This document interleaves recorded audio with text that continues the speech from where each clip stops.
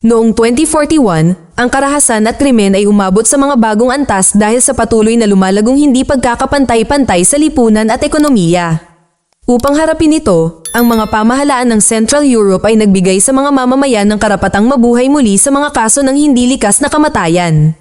Ang teknolohiyang ito ay kilala bilang Restore Point at dapat i-backup ng mga user ang kanilang data sa utak tuwing 48 oras. Sa loob ng isang magarbong gusali sa lungsod, maraming tao ang na-hostage. Hindi nagtagal ay dumating si Detective Emma at nag-scan sa buong gusali upang makahanap ng mga palatandaan kung may nabubuhay pa dito. Gayunpaman, tinakpan ng kriminal ang mga dingding upang harangan ang lahat ng mga scanner. Tumawag si Emma sa mga tao sa istasyon na nagpapaliwanag na wala silang mga pahiwatig maliban sa lead na ipinadala ng isang nagngangalang Florence. Sa sandaling iyon narinig ni Emma ang isang putok ng baril na nagpapahiwatig na pinatay ng isang kriminal ang isa sa mga bihag. Nagmamadali siyang pumasok at hindi pinapansin ang lahat ng babala mula sa kanyang team, sa kalaunan ay sinira niya ang pintuan ng nakablock na silid. May mga bangkay sa lupa at sinusubukang makatakas ng kriminal. Nang magtanong si Emma tungkol sa kanyang restore point, hindi natural ang sagot niya. Sinundan niya siya sa bubong at nanunumpa na ayaw niyang saktan siya, ngunit sinabi ng lalaki na mas pipiliin niya ang kalayaan at tumalon. Tumingin sa baba si Emma upang makita ang bangkay nito sa lupa. Nang maglaon sa bahay, sinubukan ni Emma na tumugtog ng piano, ngunit ipinahayag ng kanyang asawa na nakapag-record na siya ng isang buong konsyerto dito. Pinag-uusapan nila ang mga hangganan pagdating sa oras na nakatuon sa isa't isa at sa trabaho, ngunit ang lalaki ay biglang nawala. Lumalabas na si Emma ay nanunood ng isang lumang video call dahil patay na ang kanyang asawa. Pagkatapos, inilagay niya ang device sa kanyang ulo upang simulan ang pag-backup at magtrabaho. Habang nagmamaneho, narinig niya sa radyo na ang lahat ng kamakailang pag-atake ay ginawa ng isang grupo na kilala bilang River of Life na salungat sa teknolohiya ng Restore Point. Dahil dito, gustong talakayin ng CEO ng kumpanya ang privatisasyon ng institute.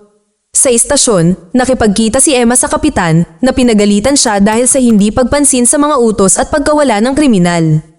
Ipinaliwanag ni Emma na kahit nahintayin niya ang mga negosyador, wala itong mababago dahil hinihintay ng kriminal na maubos ang restoration point ng mga biktima bago sila patayin. Sa kasamaang palad, pinaghihinalaan ng Europol na sinadyang itulak ni Emma ang lalaki kaya sila na ang bahala sa kaso. Nag-aalala ang kapitan dahil ang asawa ni Emma ay pinatay ng River of Life kaya maaaring sabik siya sa paghihiganti, ngunit binibigyan pa rin siya nito ng mga bagong kaso. Sa gabi, dumating si Emma sa isang pinangyarihan ng krimen kung saan napatay ang isang mag-asawa. Sa kanyang pagkabigla, ito ang lumikha ng restore point na si David at ang kanyang asawang si Christina. Ang mga katawan ay kinuha na para sa pagpapanumbalik at ang mga pulis ay gumagamit ng mga hologram sa eksena, ngunit inutusan sila ni Emma na ihinto ito nang makakita siya ng isang kwintas sa mga dugo. Ang kanyang mga obserbasyon sa mga posisyon ng katawan kasama ang kanilang mga sugat ay nagtatapos na ang mamamatay tao ay nagmamalasakit sa babae, ngunit kinasusuklaman ang lalaki. Ang pinakamalaking pagkabigla ay ang mga biktima ay may insurance ngunit walang valid na restoration point. Kinabukasan, nagsagawa ng press conference ang CEO ng institute na si Rohan upang ipakita ang kanyang pakikiramay sa mga pagkamatay, ngunit para sabihin din na hindi siya natatakot sa mga terorista. Sigurado siyang pinatay ng River of Life ang mag-asawa at sinabing ito ang dahilan kung bakit mahalaga ang privatisasyon, hindi nagpapakita ng labis na pagmamalasakit sa kung ano ang maaaring maging kahulugan nito para sa mga mahihirap. Pagkatapos ng komperensya, sinabi ni Rohan kay Emma na ang lahat ng mga mapagkukunan ng instituto ay magagamit para sa kanya upang mahuli ang kriminal. Gayunpaman, tumanggi siyang sagutin ang kanyang mga tanong at iniwan siya sa kanyang assistant na si Petra. Pagkatapos ay dinala si Emma para sa paglilibot sa lugar at nakita niya kung paano binuhay ng koponan ng isang batang lalaki pagkatapos ng isang aksidente sa sasakyan. Nakita rin niya ang dalawang magulang na umiiyak at ipinaliwanag ni Petra na hindi maibabalik ang kanilang anak na babae dahil hindi siya regular na nagba-backup, kaya naman gusto ni David na magpatupad ng mga real-time na backup. Tinanong ni Emma kung bakit walang backup si David at sinabi ni Petra na mayroon siya, ngunit nahack ito at tinanggal. Sa kabilang banda, hindi interesado si Christina sa teknolohiya at hindi ito nag-backup sa nakalipas na 4 na buwan. Hiniling ni Petra kay Emma na huwag ipaalam ang impormasyong ito sa publiko. Nang maglaon ay dumaan si Emma sa mga file ng mag-asawa at nakahanap ng koneksyon sa isang lalaki na nagngangalang Victor na dating inakusahan ng pagiging kasangkot sa River of Life, ngunit pinalaya dahil sa kakulangan ng ebidensya. Nakakita siya ng mga larawan niya sa mga pag-atake at maging ang isa sa kanya na nakasuot ng parehong kwintas na nakuha niya sa lugar ng pagpatay. Tumawag si Emma sa istasyon at agad na kumuha ng warrant, kaya nagmadali siyang pumunta sa kanyang sasakyan. Sa kanyang pagkabigla, may naghihintay sa kanya sa parking lot. Ito ay si David, na kahit papaano ay naibalik. Gusto siyang dalhin ni Emma sa istasyon, ngunit ayaw makipag-usap ni David sa pulis. Gusto niyang tulungan siya ni Emma na makakuha ng isang bagay mula sa kanyang tahanan. Sigurado siyang hindi siya papayagan ni Rohan na solusyonan ng kaso dahil malalagay sa panganib ang plano niyang pribatisasyon, kaya naman hindi niya sinabi kay Emma na buhay si David. Itinulak ni Emma si David sa kanyang sasakyan at sila ay umalis. Habang nasa biyahe, ipinaliwanag ni David na na-restore siya mula sa isang 6 na buwang gulang na backup, kaya marami siyang nawawalang alaala. Ang pagpapanumbalik ng mga backup na napakaluma ay hindi lumalabas ng maayos, ibig sabihin ay hindi siya mabubuhay ng matagal dahil sa mga epekto. Sa kalaunan, nakarating sila sa bahay ni Victor at iniwan ni Emma si David na nakakulong sa kotse. Habang pumapasok siya sa loob, ginagamit ni David ang radyo at narinig ng mga opisyal na nagsasabing ang lalaki sa bahay ang pumatay kay Christina. Nang mawalan ng pag-asa, hinanap ni David ang emergency lever at nagawang buksan ang mga pinto ng kotse. Sa loob ng bahay, nakita ni Emma si Victor na nagsasabing karapat-dapat lang ito kay David. Agad siyang sumuko at ipinakita ang isang kakaibang aparato sa kanyang kamay na nagsasabing malugod niyang sasagutin ang bawat tanong hanggat makakakuha siya ng patas na paglilitis. Napansin ni Emma ang isang baril sa mesa at kinuha ito habang si Victor ay patuloy na nagsasalita na sinasabing si Christina ay hindi natatakot sa kamatayan tulad ng gusto ng sistema sa lahat. Sa sandaling iyon ay pumasok si David at nagalit si Victor nang makita siyang buhay. Sinusumpa niyang sinubukan niyang iligtas si Christina ngunit huli na siya dahil napatay na siya ni David. Pagkatapos ay sinubukan niyang salakayin si David para lang mapigilan siya ni Emma. Bumagsak silang tatlo sa lupa at ginamit ni Victor ang pagkakataong tumakas. Gayunpaman, kinuha ni David ang isang nahulog na baril at pinaputokan siya sa balikat. Hindi nito napigilan ang pagtakas ni Victor at tumalon siya mula sa balkonahe upang tumakbo sa kagubatan. Agad siyang hinabol ni Emma at nagpaputok sa ere para takutin siya, ngunit patuloy lang si Victor sa pagtakbo. Sa kasamaang palad, nadulas si Emma at nahulog sa isang malaking putik kung saan nahihirapan siyang lumangoy dahil sa mga halaman na sumabit sa kanya. Sa sandaling iyon ay lumitaw si David at tinulungan siyang makaalis. Naririnig nila ang mga pulis na papalapit sa lugar, kaya ipinangako ni David na sasabihin sa kanya ang lahat at hiniling sa kanya na salubungin siya ng mag-isa sa kalsada sa loob ng 1 oras bago tumakas.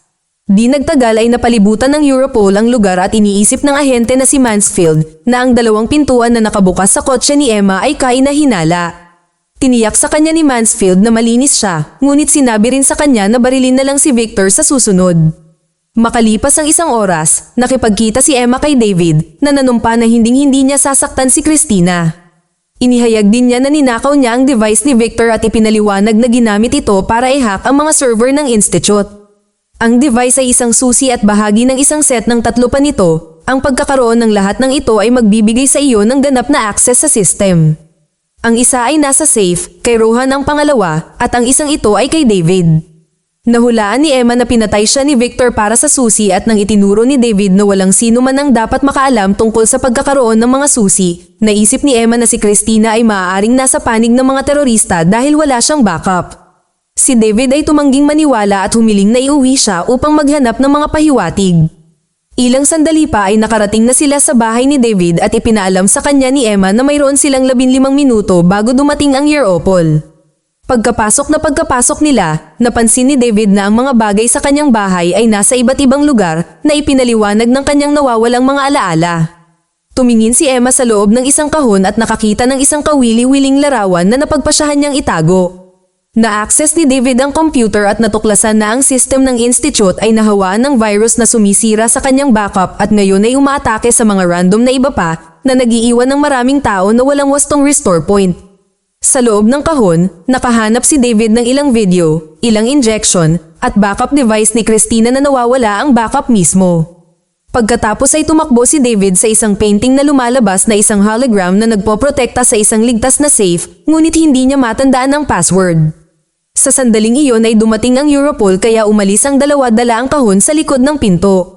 Sa bahay ni Emma, ginamit ni David ang iniksyon sa kanyang sarili, ipinapaliwanag na nakakatulong ito sa mga side effect. Pagkatapos ay nagsimulang panoorin ni David ang mga video mula sa kahon na nagpapakita ng maraming magagandang sandali kasama si Christina. Sa huli, pinaalalahanan ni Christina si David na gusto niya ng isang sanggol, ngunit patuloy na sinasabi ni David na magkakaroon sila ng isa pagkatapos niyang gawin ang kanyang trabaho. Pinutol siya ni Emma upang ipakita sa kanya ang larawang nakita niya na nagpapatunay na magkakilala nga sina Christina at Victor at malamang na nagkaroon pa sila ng relasyon. Pagkatapos, pumunta si Emma sa istasyon at nalaman mula kay Mansfield na alam ng pulisya ang tungkol sa virus at si David ay buhay. Biglang sinamahan sila ni Rohan na nagpapatunay na binuhay niya si David dahil dati na niya itong kaibigan kahit na lumabag siya sa rules. Gayunpaman, hindi naniniwala si Mansfield sa kanya at iniisip na ibinalik ni Rohan si David upang takpan ang katotohanan na nawalan ng backup ang kanyang system. Libo-libong mga backup ang nawala dahil sa virus ngayon, kabilang ang kay Petra. Gayunpaman, tumanggi sina Rohan at Mansfield na ibahagi ang balitang ito sa publiko. Inaakusahan silang dalawa ni Emma na makasarili at pinoprotektahan ang planong privatisasyon. Pagkatapos ng pagpupulong, umuwi si Emma at natuklasan ang pagbagsak ni David, kaya agad niya itong binigyan ng isa pang iniksyon. Sa kanilang pagtataka, lumitaw si Mansfield sa pintuan at si David ay nagtago sa silid ni Emma bago niya ito buksan. Pumasok si Mansfield at nagtanong kung nasaan si David, kaya nagkunwari si Emma na hindi niya alam. Ito ay nagudyok kay Mansfield na simulan ng pag-insulto kay Christina na naging sanhi ng isang galit na si David na lumabas. Agad siyang dinaig ni Mansfield at inuntog ang ulo sa piano bago siya arestuhin. Nang tulungan siya ni Emma, itinutok ni Mansfield ang kanyang baril sa kanya. Dahil hindi pa siya nakaback up sa huling araw, mawawala sa kanya ang impormasyong mayroon siya kung mamatay siya. Palihim na pinindot ni Emma ang isang susi sa piano upang i-activate ang hologram ng kanyang asawa na nakagagambala kay Mansfield ng sapat para tumalon ito sa kanya. Nag-away sila para sa baril at bumagsak sa sahig kung saan babarilin na ni Mansfield si Emma. Gayunpaman, hinampos siya ni David mula sa likuran upang patumbahin siya at kinuha ni Emma ang kanyang baril para barilin si Mansfield. Pagkatapos ay pinaalis ni Emma ang kanyang police car gamit ang autopilot bilang isang decoy habang siya at si David ay tumakas sa kanyang vintage na sasakyan na walang mga AI para masubaybayan. Ang kanilang prioridad ay hanapin si Victor para matigil ang virus, kaya kailangan nila ng impormasyon. Nagtungo sila ni Emma sa isang madilim na club kung saan nangyayari ang lahat ng uri ng ilegal na operasyon tulad ng Russian roulette. Nakikipag-usap siya sa isang clerk na nakikipag-usap sa kanya gamit ang mga salita sa kanyang mga ngipin at binayaran niya siya para sa isang scanner at isang hindi masusubaybayang telepono. Gamit ang larawan mula sa kahon sa scanner ay natuklasan nilang si Victor ay maaaring nasa lugar ng kanyang tiyahin. Sa umaga, pumunta ang dalawa sa lokasyon ng larawan at nakilala ang tiyahin ni Victor na si Teresa na nagsasabing umalis si Victor 2 taon na ang nakakaraan. Ipinakita rin niya sa kanila ang pahayagan ngayon kung saan nakalagay ang kanilang mga larawan sa mga wanted na karatula. Ipinaliwanag ni Teresa na ang kanyang tahanan ay walang teknolohiya at hindi siya makatawag ng pulis para i-turn in sila, kaya pumayag ang dalawa na samahan siya sa loob. Habang nagsasalo-salo sila, ibinahagi ni Teresa na umalis si Victor dahil wala siyang mahanap na lugar kung saan siya nabibilang at ang River of Life ay hindi talaga umiiral. Ito ay isang gawa-gawang grupo lamang na ginagamit para sa propaganda. Naniniwala din si Teresa na ang pagtanggal ng mga backup ay hindi pagpatay, ito ay natural na kamatayan. Dahil nararamdaman pa rin ni David ang side effects, pumayag silang magpalipas ng gabi doon. Bigla siyang nagsimulang tumugtog ng piano at inamin niyang ito ang unang pagkakataon na nahawakan niya ang isa na nagpapaliwanag na nagsimula ang institute ng isang bagong eksperimentong programa na maaaring magtanim ng mga bagong kakayahan sa backup memory. Hindi niya ibinunyag sa publiko ang programang ito dahil maaari itong magamit sa mga mapanganib na paraan. Nang gabing iyon, napansin ni Emma ang ilang kakaibang paggalaw sa paligid ng bahay at nagpa siya na kailangan nilang umalis pagkatapos ng lahat. Sa ibang pagkakataon sa kotse, isinasaalang-alang niya ang paggawa ng backup, ngunit ipinaalala ni David sa kanya na ang pag-activate ng device ay magiging dahilan para masubaybayan sila. Nagkukwentuhan sila tungkol sa kanilang pagsasama at kung paano inilihim sa publiko ang pagkamatay ng asawa ni Emma para pagtakpan ang mga problema sa sistema. Bigla silang nakakita ng isang taong nagmamaneho at inihayag ni Emma na alam niyang nagsisinungaling si Teresa tungkol sa mga sinabi niya dahil kamakailan lamang ang larawan ni Christina kasama si Victor. Sinundan ng dalawa si Teresa sa isang bahay na malalim sa kakahuyan at pagdating nila sa loob ay nakakita sila ng maraming simbolo ng relihiyon. Itinutok ni Emma ang kanyang baril kay Teresa at hiniling na malaman kung nasaan si Victor, kaya tumugon si Teresa sa pamamagitan ng pagbukas ng TV. Ang balita ay nagpapakita na si Petra ay permanenteng namatay dahil sa kanyang kakulangan ng backup. Kinumbinsi ni Emma si Teresa na gusto lang niyang tumulong at pinapunta siya sa isang silid sa likod habang nananatili si David. Hindi niya napigilan ang pagubo at inalok siya ni Teresa ng isang basong tubig, ngunit sa sandaling magambala siya, pinabagsak siya nito. Sa kabilang silid, nahanap ni Emma si Victor at agad itong inaresto. Muli na namang humingi ng patas na hukuman si Victor na nangangakong isisiwalat ang katotohanan sa likod ng lahat ng pagkamatay. Kinumpirma niya na ang River of Life ay kasinungalingan ni Rohan na nagpapakitang gumagamit siya ng mga pag-atake ng terorista upang takutin ang mga tao sa kamatayan at bilhin ang kanyang produkto. May ebidensya si Victor tungkol dito at ibinigay kay Christina. Naputol ang pag-uusap ng dinala ni Teresa si David bilang kanyang bihag na nagbabantang papatayin siya kapag hindi pa kawala ni Emma si Victor. Sa sandaling bitawan siya ni Emma ay tumakas si Victor, kaya pinatumba ni Emma si Teresa upang kunin ang taser at sinundan siya. Isang habulan ang naganap at nang makarating sila sa labas, binaril ni Emma si Victor gamit ang taser, dahilan para mahulog siya sa kalye at mabundol ng dumaraan na sasakyan. Ang driver ay walang malay ngunit ang kotse na AI ay tumawag na para sa tulong. Dahil wala nang ibang pagpipilian, sinimulan ni Emma na i-back up ang isip ni Victor laban sa kanyang kalooban. Upang maiwasan na masubaybayan, tinakpan ni David si Victor ng espesyal na material na nakita niya sa bahay na maaaring humarang sa mga signal. Sa loob ng maliit na pouch na dala ni Victor, nakahanap si Emma ng isang mahiwagang backup na memorya. Parehong sinubukan ni Emma at David ang mga chest compression ngunit ito ay walang kabuluhan, namatay si Victor pagkatapos gawin ang backup. Inilagay ng dalawa ang katawan sa kotse at umalis, habang nakatingin sa malayo nang makita nilang dumaan ang mga pulis. Sumasang-ayon sila na kailangan nilang ibalik si Victor ngunit mahuhuli sila sa institute, kaya naalala ni David na iniwan niya ang kanyang prototype sa universidad kung saan niya ito nilikha. Samantala, pabalik sa simbahan, natagpuan ng isang naibalik na Mansfield ang larawan ni Christina. Nang maglaon sa universidad, inilagay ni David at Emma si Victor sa isang tangke upang simulan ang proseso ng pagpapanumbalik. Habang nagtatrabaho sila, ibinahagi ni Emma ang sinabi ni Victor. Sinabi ni David na hindi niya alam na si Rohan ang nasa likod ng River of Life, ngunit hindi niya maitatanggi na utang ng kumpanya ang tagumpay nito sa takot na inilagay ng mga pag-atake ng terorista. Sumusumpa siya na kung alam niya ito, matagal na siyang umalis. Pagkatapos ay inamin ni Emma na mayroon siyang plano at tinanong kung anong pangalan ang gusto ni Christina para sa kanyang sanggol at sinabi ni David na Florence. Tumawag din siya sa kapitan para humingi ng tulong, ngunit hindi niya gusto ang kanyang plano. Nang sa wakas ay gising na si Victor, hiniling ni Emma kay David na i-back up ang kanyang sarili bago mawala muli ang lahat ng impormasyong ito. Natuklasan ng institute ang ilang hindi pangkaraniwang aktibidad sa universidad at ipinaalam ito kay Rohan, ngunit sinabi niya sa kanila na marahil ay mga estudyante lang ito na gumagawa ng kalokohan. Pagkatapos ibaba ang tawag, ipinadala ni Rohan ang kanyang mga tauhan pagkatapos ng grupo. Bumalik sa universidad, nagalit si Victor dahil naibalik siya, ngunit hindi ito pinansin ni Emma at humingi ng impormasyon. Ipinaliwanag ni Victor na ayaw siyang patayin ni Rohan dahil sa virus, dahil may kinuha siya sa system, lahat ng bayad na ipinadala ni Rohan sa mga terorista para sa kanilang mga pag-atake. Gayunpaman, wala na kay Victor ang mga file na iyon dahil ibinigay niya ito kay Christina, na nagsabing ipapakita niya ito kay David dahil ang isang ulat na manggagaling sa isang tao sa kumpanya ay paniniwalaan ng mga pulis. Nasa safe ang mga file, ibig sabihin, pinatay nga ni David si Christina. Pinaplano niyang ipin ang pagpatay kay Victor at ibalik si Christina mula sa isang mas lumang backup na nagpapaliwanag kung bakit inihanda niya ang mga iniksyon. Nang matuklasan ni Victor na patay na si Christina, ipinadala niya ang virus para tanggalin ang kanyang backup para hindi na siya maibalik dahil tutol siya sa ideya. Isang galit na si David ang sumuntok kay Victor, ngunit hinila siya ni Emma bago inilabas ang disk na nakita niya kanina, na pagtanto na ito ang backup ni Christina na ninakaw ni Victor. Bigla silang nag-ambala ng pagdating ni Mansfield na matagal nang nagtatrabaho para kay Rohan.